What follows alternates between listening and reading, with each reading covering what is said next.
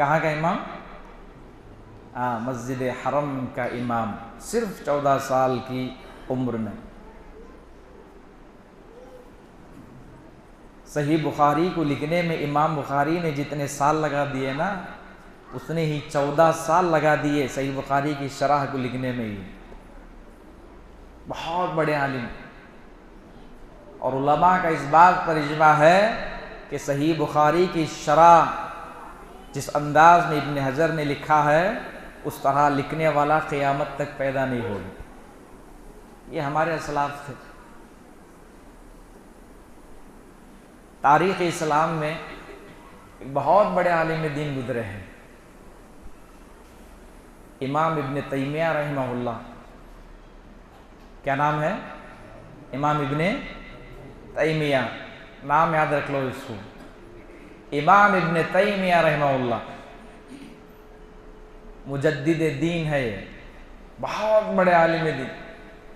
زندگی کے 7 سال جیل میں نکال دیے۔ کتنے سال؟ زندگی کے 7 سال جیل میں گزارے۔ کئی کتابیں آپ نے لکھی ہیں، کئی کتابیں۔ انتقال کہاں ہوا آپ کو معلوم ہے؟ ان کا انتقال ہوا قید خانے میں۔ کہاں ہوا؟ قید خانے میں ابن تیمیہ کا انتقال ہوا، جیل میں آپ کا انتقال ہوا۔ اور جس وقت آپ کا انتقال ہوا لوگوں کو معلوم نہیں ہے۔ آج جس طرح ذرائع ہیں، جس طرح کے آج وسائل ہیں، کسی کا انتقال ہو جائے آن کی آن میں پوری دنیا تک یہ خبر پھیلایا جا سکتا ہے۔ اس دور کی میں بات کر رہا ہوں جس دور میں لوگ سفر کرنے کے لیے پیدل سفر کرتے تھے۔ اگر کچھ علم حاصل کرنا ہو، حج کے لیے جانا ہو، پیدل چلتے بھی نکلتے تھے۔ اس دور میں ابن تیمیہ کا انتقال ہوا قید خانے میں، اور آپ کا جب انتقال ہوا لوگوں کو معلوم نہیں ہوا آپ کے انتقال کے وقت، لیکن جب آپ کا جنازہ باہر لایا گیا، اہل علم لکھتے ہیں کہ آپ کی نماز جنازے میں اس وقت امام ذہبی رحمہ اللہ کے بقول تقریباً 2 لاکھ سے زائد آپ کی نماز جنازے میں لوگ شریک تھے۔ 2 لاکھ سے زائد۔ ہمارے جنازوں میں کتنے لوگ رہتے ہیں؟ ہمارا انتقال اگر ہوا، میرا ہو یا آپ کا ہو، کتنے لوگوں ہم جمع کر سکتے ہیں؟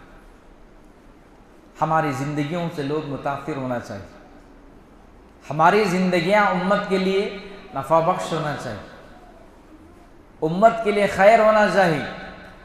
اپنی زندگی کو بابرکت بنائیے۔ کیسے بابرکت بنا سکتے ہیں؟ اسباب پر آؤں گا انشاءاللہ۔ اس سے پہلے کہ میں اسباب پر گفتگو کروں، 1-2 مثالیں اور آپ کو میں دوں گا۔ دیکھیں، امام ابن تیمیہ رحمہ اللہ کے علاوہ ایک بہت عظیم عالم دین گزرے ہیں، ابن حزم رحمہ اللہ، تاریخ اسلام کے بہت بڑے عالم دین۔ امام ابن حزم رحمہ اللہ، بہت کتابیں لکھی ہیں آپ نے، کئی کتابیں، بعض ایسی کتابیں ہیں وہاں تک ہماری پہنچ بھی نہیں ہو سکتی، ایسی ایسی کتابیں آپ نے لکھی۔ ان کے انتقال کے وقت، جب ان کا انتقال ہوا، ان کے انتقال کے تقریباً 100 سال بعد، کتنے سال بعد؟ 100 سال بعد کئی کتابیں آپ نے لکھی ہیں۔ آپ نے پوری زندگی اللہ کے راہ میں خرچ کر دی، پوری زندگی۔ آپ نے اپنی زندگی میں حج نہیں کیا، آپ کو فرصت ہی نہیں ملی حج کرنے کی، اتنا مصروف تھے آپ۔ دین کی خدمت میں آپ نے اتنا اپنے آپ کو مشغول کر دیا کہ آپ استطاعت رکھنے کے باوجود بھی آپ نے حج نہیں کیا۔ ابن حزم رحمہ اللہ انتقال ہوا، 100 سال بعد ایک شخص ان کی کتابیں پڑھ کے اتنا متاثر ہوا، اتنا متاثر ہوا، اس نے 100 سال ان کے انتقال کے تقریباً 100 سال بعد آ کر کے حج کرتا ہے، اور حج کرتا ہے ابن حزم کے نام سے، حج بدل جسے ہم کہتے ہیں۔ ابن حزم کے نام سے حج بدل ایک آدمی 100 سال بعد کرتا ہے ان کے انتقال کے، وہ بھی ان کی کتابوں سے متاثر ہو کر کے۔ آج ہمارے نام سے کوئی حج کر سکتا ہے کیا؟ کیسے اللہ تعالیٰ ان کے انتقال کے بعد بھی ان کے ناموں کو کیسے اللہ نے زندہ رکھا؟ امام بخاری کا انتقال ہوئے کئی سو سال ہو گئے، نام زندہ ہے کہ نہیں؟ امام مسلم کا نام زندہ ہے کہ نہیں؟ جی ہاں۔ امام ابو حنیفہ کا نام زندہ ہے کہ نہیں؟ انتقال ہوئے کئی سال ہو گئے۔ امام مالک کا نام ہم سنتے ہیں کہ نہیں سنتے ہیں؟ ائمہ اربعہ میں سے ہیں، آج ان کا نام زندہ ہے، انتقال ہوئے کئی سو سال ہو گئے۔ امام شافعی کو کون نہیں جانتا ہے؟ ہر بچہ جانتا ہے۔ 4 ائمہ بہت مشہور ہیں، امام مالک، امام ابو حنیفہ، امام شافعی، امام احمد بن حنبل رحمہ اللہ۔ ہر آدمی ان کے ناموں سے واقف ہے۔ کبھی ہم نے غور کیا ہے ان کا انتقال ہوا، سالوں بیت گئے ہیں، ہڈیاں سڑ گئی ہیں، گل گئی ہیں، ان کا وجود مٹ گیا ہے، لیکن قبر میں ہے، لیکن نام زندہ ہے۔ کیوں؟ اس لیے کہ انہوں نے زندگیوں کو اللہ کے لیے لگا دی، اپنی زندگیوں کے مقصد کو جانا انہوں نے، اور اپنی زندگی کو کما حق ہو اپنا حق ادا کرنے کی کوششیں کی۔ اللہ نے ان کے ناموں کو زندہ رکھا، ان کے علمی کارناموں کو اللہ نے زندہ رکھا۔ ہماری اور آپ کی زندگیاں بھی ایسے ہی ہونا چاہیے۔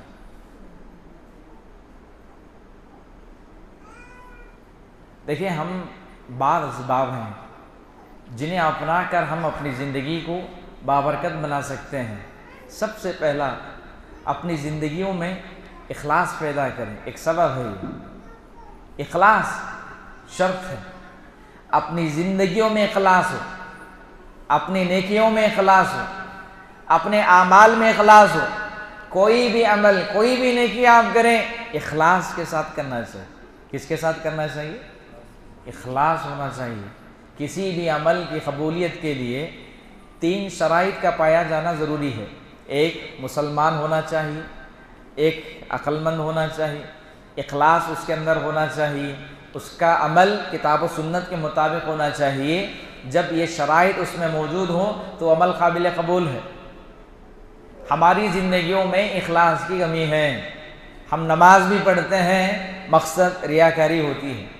قربانی دیتے ہیں، مقصد ریاکاری ہوتی ہے۔ جانوروں کی نمائش کرتے پھرتے ہیں ہم لوگ۔ کوئی آدمی 1,00,000 روپے کا بکرا لیتا ہے، 2,00,000 روپے کی گائے اگر لیتا ہے، اپنی حیثیت سے زیادہ 50 سے 60 یا 1,00,000 کے قریب اگر کوئی جانور خریدتا ہے، پوری بستی میں، پوری گلی میں نمائش کرتا ہے۔ یہ ہماری ریاکاری ہے۔ شریعت کی تعلیم تو یہ ہے، آپ نیکی کریں سیدھے ہاتھ سے تو بائیں ہاتھ کو بھی معلوم نہیں ہونا چاہیے۔ ہمارے سلف تہجد کی نماز پڑھتے تھے، بیویوں کو بھی معلوم نہیں ہوتا تھا، اتنا چھپا کر کے نماز پڑھتے تھے۔ ڈر ہوتا تھا کہیں بیوی اگر دیکھ لے تو میرے دل میں ریاکاری پیدا نہ ہو جائے۔ آج کہاں ہے ہمارے دلوں میں؟ ہماری زندگیوں میں اخلاص کی کمی ہے۔ ایک آدمی کسی کو کھلاتا ہے، مقصد ریاکاری ہوتی ہے۔ حتیٰ کہ اللہ رحم فرمائے، آج کل جو لوگ حج کے لیے جاتے ہیں، عمرے کے لیے جاتے ہیں، حج اور عمرہ جیسی عظیم عبادت میں بھی اخلاص کے بجائے ریاکاری کی بو نظر آتی۔ عمرے کے لیے گئے، حج کے لیے گئے، آدمی فوٹوਆਂ نکالتا ہے، سوشل میڈیا پر ڈالتا ہے، ویڈیوز نکالتا ہے، سوشل میڈیا پر ڈالتا ہے، ساتھیوں کو ڈالتا ہے، گروپس میں ڈالتا ہے۔ مقصد کیا ہے؟ حج جیسی عظیم عبادت اللہ کے لیے ہونی چاہیے۔ اور ہمارے یہاں کیا ہے، ایک بات دیکھیں، ہمارے یہاں بہت ساری گمراہیاں ہیں۔ ایک چیز کیا ہے، اگر کوئی آدمی حج کے لیے جا رہا ہے، عمرے کے لیے اگر جا رہا ہے، تو جانے والا جا رہا ہے، دعوتوں کا سلسلہ شروع، کھلانے کا سلسلہ شروع، کوئی اسے پھول کا ہار ڈال رہا ہے، استقبال کر رہا ہے۔ جی ہاں، پھر اس کے آنے کے بعد پھر دعوتوں کا سلسلہ شروع ہو رہا ہے۔ حج کے لیے جا رہا ہے، حج کے لیے جا کر اللہ پر کوئی احسان نہیں کر رہے ہم اور آپ۔ حج تو اللہ نے فرض کیا ہے، اس کو ادا کرنا ہے ہر صاحب استطاعت پر۔ اب یہاں مسئلہ اس کے برعکس ہے، لوگوں میں ریاکاری، نمود، رہائش ایسے ہی پیدا ہو رہی ہے۔ اور اگر ہم بات کریں، ابھی قربانی کے ایام چلنے والے ہیں، عشر ذی الحجہ شروع ہوا ہے، قربانی میں آپ دیکھیں کتنے لوگ ہیں جانوروں کی نمائش محض اس مقصد سے کرتے ہیں لوگ ہماری تعریف کریں۔ کئی لوگ ایسے بھی ہیں حج کو جاتے ہیں، مقصد ان کے نام سے پہلے حاجی لگانا مقصود ہوتا ہے. حج کر کے آئے حاجی فلاں ابن فلاں، عمرہ کر کے آئے عمرہ میں کر کے آیا ہوں. آدمی فخر سے بولتا ہے. یہ ریاکاری ہے. نیکیاں چھپا کر کے کرنا چاہیے. اللہ کے نبی صلی اللہ علیہ وسلم کی ایک حدیث ہے، آپ نے فرمایا قیامت کے دن 7 قسم کے لوگوں کو اللہ اپنے عرش کے نیچے جگہ دے گا. اس میں ایک آدمی کون ہوگا؟ آپ نے فرمایا وہ ہوگا وَرَجُلٌ تَصَدَّقَ بِصَدْقَةٍ فَأَخْفَاهَا حَتَّى لَا تَعْلَمُ شِمَالُ مَا تُنْفِقُ يَمِينُ. ایک وہ آدمی ہوگا جو سیدھے ہاتھ سے صدقہ کرے، بائیں ہاتھ کو بھی معلوم نہ ہو. انسان نیکیاں چھپا کر کے کریں، اور جس آدمی کی زندگی میں اخلاص، اس کی زندگی کو اللہ بابرکت بنا دے گا. امام نووی رحمہ اللہ بہت بڑے عالم دین گزرے ہیں. ایک مثال میں دوں گا، دیکھیں اخلاص کی برکت کیا ہوتی ہے. ایک کتاب انہوں نے لکھی ہے، چھوٹی کتاب ہے، 40 النووی کے نام سے. صرف 40 حدیثیں انہوں نے لکھی ہیں. کتنی حدیثیں؟ صرف 40 حدیثوں پر مشتمل ایک کتاب امام نووی لکھتے ہیں. آپ کو معلوم ہے 2008 میں ایک سروے کے مطابق سب سے زیادہ پڑھی جانے والی کتاب، چھاپی جانے والی کتاب، خریدی کی جانے والی کتاب یہی 40 نووی ہے. صرف 40 حدیثیں ہیں. جس وقت وہ لکھ رہے تھے انہیں اندازہ بھی نہیں تھا کہ اللہ ان کی کتاب کو دنیا کے لیے ایک نمونہ بنا دے گا. اخلاص تھا، اللہ نے آپ کے عمل کو باقی رکھا، اور آج یہ کتاب مدارس میں پڑھائی جاتی ہے. میں نے خود اس کتاب کو پڑھا ہے. صرف 40 حدیثیں ہیں. ہر صبح ہر شام اس کتاب کو لے کر کے ائمہ، مدرسین، علماء آپ کے مصلی پہ بیٹھ کر کے درس بھی دیتے ہیں. دیکھیں اخلاص تھا زندگیوں میں. تو اخلاص زندگی میں ہو، اللہ آپ کے ہر کام کو بابرکت بنا دے گا. دوسری بات کیا ہے؟ دیکھیں اخلاص کے ساتھ سب سے اہم چیز تقویٰ ہونا چاہیے. اپنی زندگیوں کو تقوی سے بھر دو. اللہ کا ڈر، اللہ کا خوف، ہر پل ہر لمحہ انسان اللہ سے ڈرنا چاہیے. آپ تنہائی میں گناہ کرتے ہوئے اللہ سے ڈریں. لوگوں کے درمیان میں ہیں، اپنی زبان کو دوسروں کی غیبتوں سے آلود نہ کریں. غیبتوں سے، چغل خوریوں سے اپنی زبان کو پاک رکھیں. اپنے دلوں کو پاک رکھیں، اپنے سینوں کو پاک رکھیں گناہوں سے. آدمی تقوی والی زندگی گزارے گا، اللہ اس کی زندگی کو بابرکت بنا دے گا. صحابہ کی زندگی، حضرت عمر کی میں نے ایک مثال دی. حضرت عمر رضی اللہ تعالیٰ عنہ کی زندگی کو اللہ نے اتنا بابرکت کیوں بنایا؟ آپ نے کیا فرمایا حضرت عمر کے سلسلے میں؟ آپ نے فرمایا، کہا عمر جس راستے سے تم گزرتے ہو اس راستے سے شیطان اپنا راستہ بدل جاتا ہے. شیطان بھاگ جاتا ہے جس راستے سے عمر تم گزرتے ہو. کیا وجہ ہے؟ عالم لکھتے ہیں اس وجہ سے کہ صحابہ میں سب سے زیادہ ابو بکر کے بعد اللہ سے ڈرنے والے کوئی صحابی تھے، وہ حضرت عمر تھے. حضرت عمر تھے. صحابہ میں سب سے زیادہ تقوی والے صحابی حضرت عمر تھے. یہی تقوی تھا کہ عمر اگر راستے سے گزرتے شیطان اپنا راستہ بدل دیتا تھا. یہی وجہ اللہ نے ان کی زندگیوں کو بابرکت بنا دیا. تو تقوی بہت اہم چیز ہے. زندگی کے ہر پل میں اللہ سے ڈرنا چاہیے. ایک اور شرط، ایک اکثر کیا ہے؟ دیکھیں عمل صالحہ، نیک عمل کرنا. کسی بھی نیکی کو انسان حقیر نہ سمجھے. چھوٹی سی چھوٹی نیکی ہو، بڑی سی بڑی نیکی ہو، انسان نیک اعمال میں جلدی کریں. اور آدمی کا عمل انسان کی زندگی کو بابرکت بناتا ہے. اسی لیے میں نے کہا من عمل صالحا من ذکر او انثى. اللہ نے کہا جو مرد جو عورتیں ایمان کے بعد نیک عمل کریں گے، نیک عمل کریں گے، فَلَنُحْيِيَنَّهُ حَيَاةً طَيِّبَةً، ہم ان کی زندگیوں کو بابرکت بنا دیں گے. یہ شرط ہے، عمل ہونا چاہیے. ہم کتنے وقت کی نماز پڑھتے ہیں؟ ہماری مسجدیں ویران ہیں. بالخصوص فجر کی نماز کو لے لیجیے آپ. فجر کی نماز کی کتنے لوگ پابندی کرتے ہیں، جبکہ نماز ہماری اور آپ کی زندگیوں پر فرض ہے. ہماری زندگیوں میں اگر نماز نہیں تو پھر ہماری زندگیوں میں کہاں سے برکتیں آئیں گی؟ ہمارے وقت میں کہاں سے برکتیں آئیں گی؟ اللہ کے نبی صلی اللہ علیہ وسلم کی حدیث آپ ذہن میں رکھیں. آپ علیہ السلام نے ایک دعا فرمائی کیا دعا فرمائی؟